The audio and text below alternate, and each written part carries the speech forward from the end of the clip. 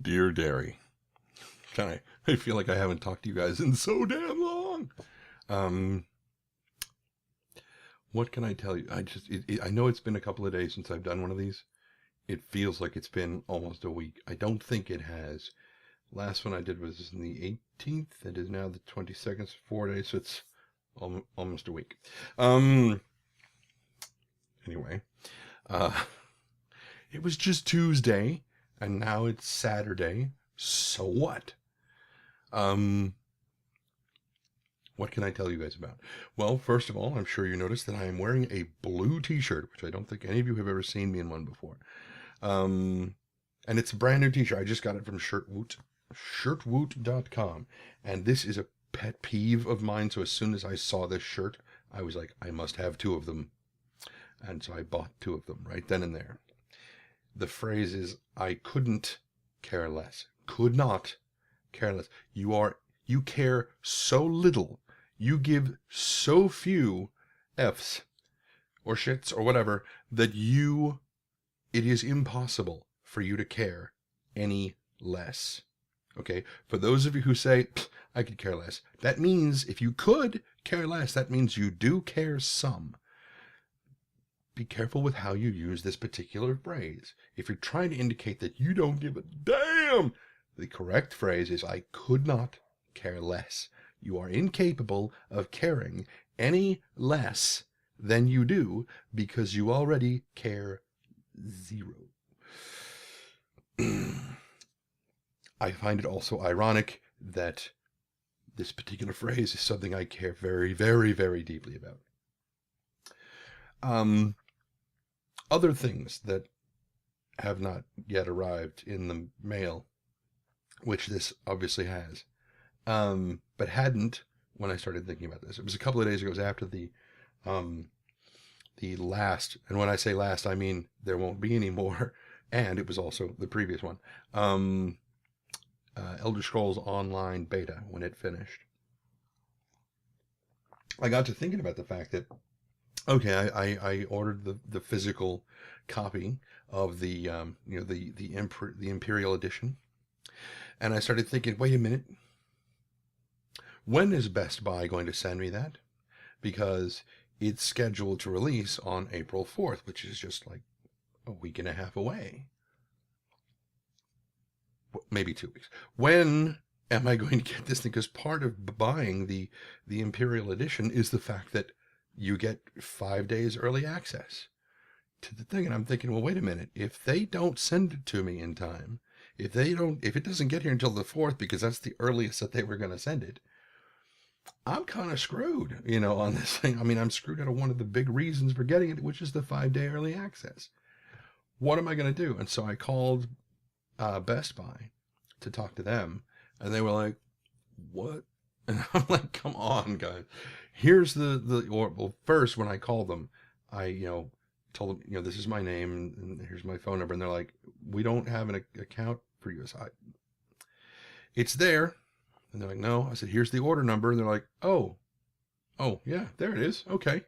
All right, yeah. I said, oh, yeah, and here's all your information. I don't know why it wasn't showing up before. She said, I'll correct that right now. And so she corrected it. She's like, okay, perfect, no problem. If for whatever reason you have to call back again, just tell them you're TransParks and it'll just come right up. Okay, fine, perfect, thank you. And she was transferring me over to the games department for shipping and receiving. And I got disconnected in the process. And so I called back and told them what department I wanted to talk to. And they sent me over there and they're like, and your name is? I said, TransParks. They're like, we don't have any record of. I'm like, don't start with me. I mean, I didn't say that. Whenever I'm dealing with service people over the phone, I tend to be very, very, not just polite. I mean, I tend to be very, very positive because that is a really hard job to deal with. There's a lot of angry people calling in, and I know how stressful it can be. So I try to counter that by being a positive person on the phone, and it makes them also more eager to, help me and whatnot, because I'm not causing them grief and stress and blah, blah, blah. Anyway, so I told him, I said, well, here's the order number. And he was like, oh, yeah. Oh, there it is. And there's all your information, exactly like you said. That is really weird, because the previous lady I talked to said she fixed all that. He goes, yeah, I see where she did it. It's just, I don't know why it's not. Never mind. It doesn't matter. Let's talk about this thing. So he and I talked about it. He said, yeah, I see exactly what you're talking about with the shipping on this thing. And I can tell you there is no way that Best Buy would send this early. They would never send this out before it was time to ship it, before release date. No, there's no way they'd do it. He said, you because I told him, I said, I suspect my next best bet is to call, ZeniMax or Bethesda and ask them what's supposed to happen with those of us who have ordered the physical edition that want our 5-day early access if people like Best Buy won't send them to us. Because I was prepared for this possibility, and I was like, oh God, what happens if this is good? Because I should have this by the 31st, I think. And I don't think Best Buy is going to do that. And I can't go to the store and pick it up because they're gone. It says that they're not available. Anyway,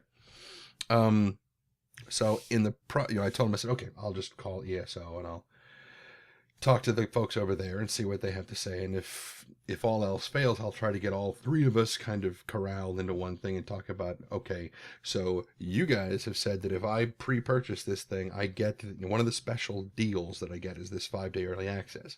You guys are refusing to ship this thing to me in time for me to take advantage of this. So either you're going to compensate me for it or you're going to compensate me for it, but by God, somebody is going to compensate me for it.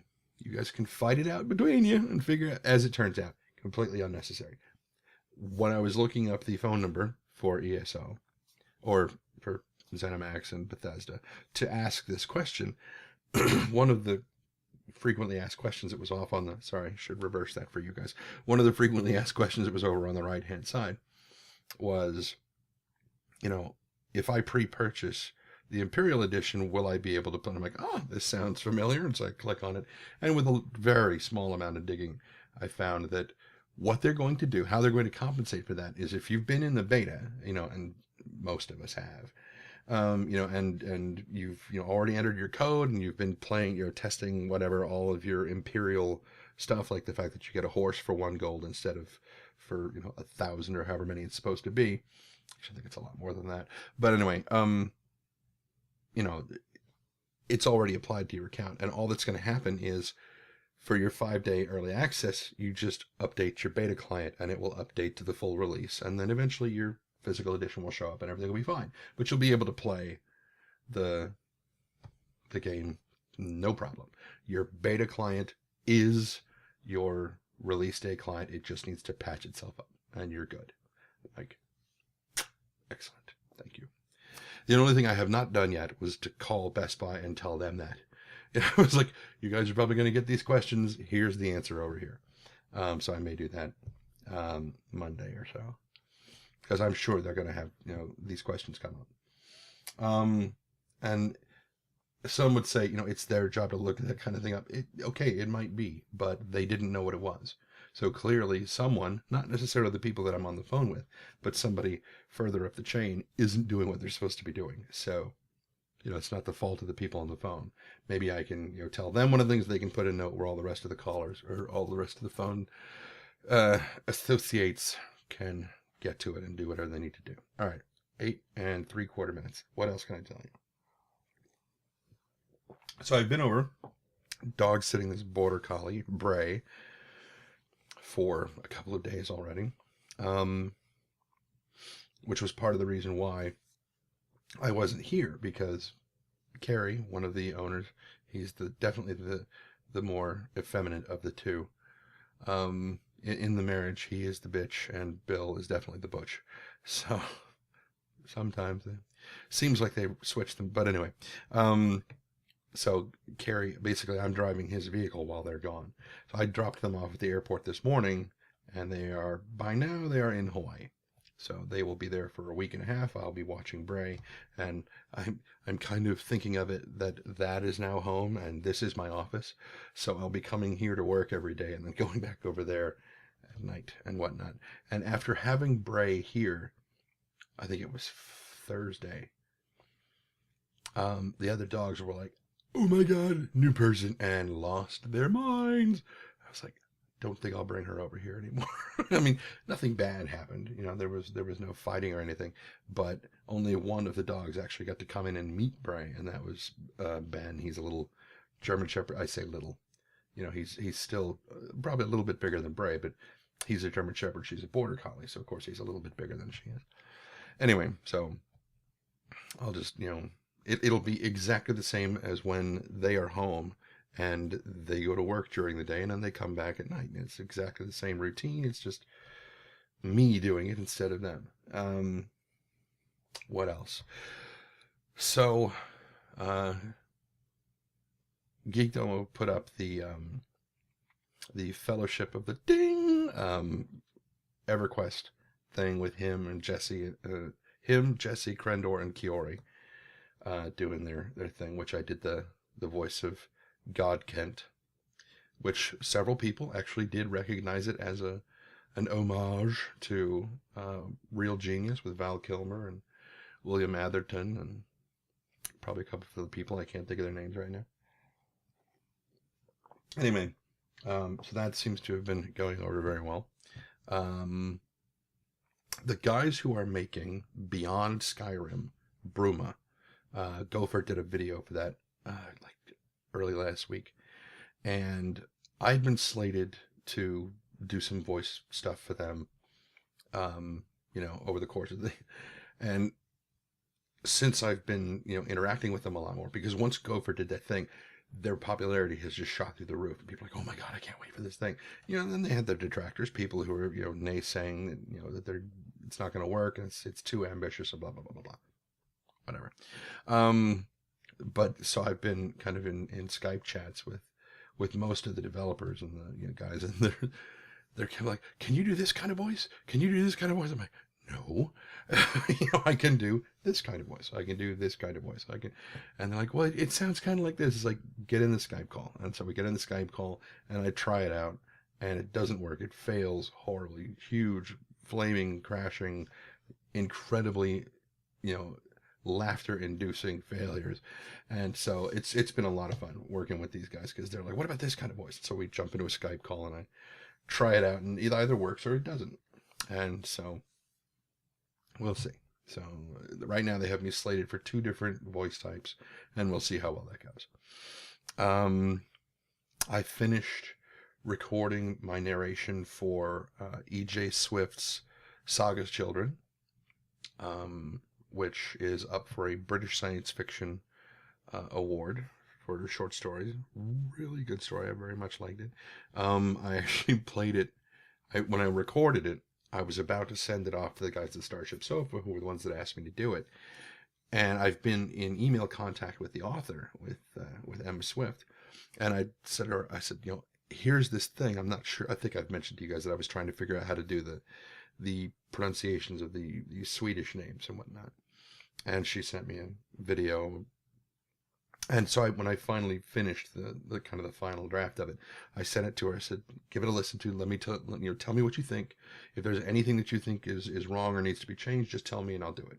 And she wrote back saying, you know, it's great. It's wonderful. I'm so glad that you got to do this. You know, go ahead and send it off. So I sent it off to the guys at Starship Sofa, and we'll see what happens. But now I have to finish recording Alistair Baffle's Emporium of Wonders for them, and they've also asked me to record one called The Big Guy. As it happens, both of those were done by the same author, Mike Resnick. So it'll be like the episode of Starship Sofa where we had 2 narrators both doing Carl Bunker stories. Now I guess we're going to have a Mike Resnick episode or something. I don't know. So I've got to do those 2. We'll see. One is like 10,000 words. The other's like 6,000 words. It's not that big of a deal, but shouldn't take me all that long to do it. Maybe 2 days since I have relative quiet to work in. It's actually kind of cool. All right. About 14 and a half minutes now. I think that's pretty good. Kind of makes up for the lost time of missing a couple of days. Not a whole lot to go on. And then, well, the other thing that I have to do voiceover stuff for is I've got 3, maybe 4 different things for Robert Space Industries for Star Citizen. Anyway, we'll see. So I'm going to let you guys go, and I will talk to you guys tomorrow for Sunday. And then after that will be Motivational Monday, TMI Tuesday, and on we roll into the wild blue yonder.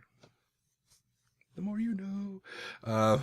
Right. So until next time, be careless.